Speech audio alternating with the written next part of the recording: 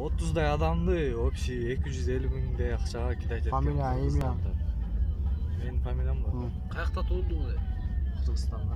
Жок, айтпайсың. Каракулжа Бакытбек Улукбек 1993 жыл. Не болуп алдадың эле? Права жасап берем деп РФ права замена. Мамаңдын аты ким? Эжеңдин аты ким? Айт. Мамамдын аты Айгүл, Фамилиясы. фамилиясы Камчыбековна. Эжекеңди Алар эми аттары эле Айсенем, Айгерим ошолор. неге кармап, сен неге сабап атат, айтчы ошону. Менин косягым бар, акчага коюп берем азыр. Не деп ал фальшивый регистрация жасап жүргөн чыңбы? Фальшивый права срава жасап кидайт эткенмин, жасап берем жакпайт депчи. Квартирадан квартирага көчтүсүң.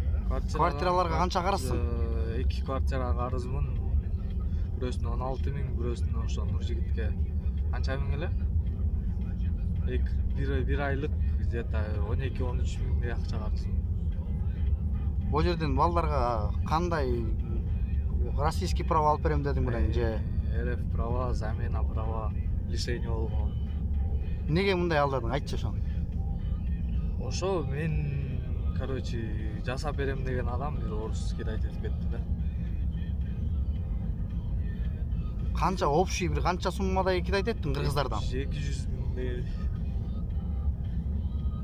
Сени күздөн бери кидайт этип жүрөсүң. Күздөн бери мындай жумуш менен ачык болду. Күздөн бери жакшы эле иштеп аткам. Түз эле.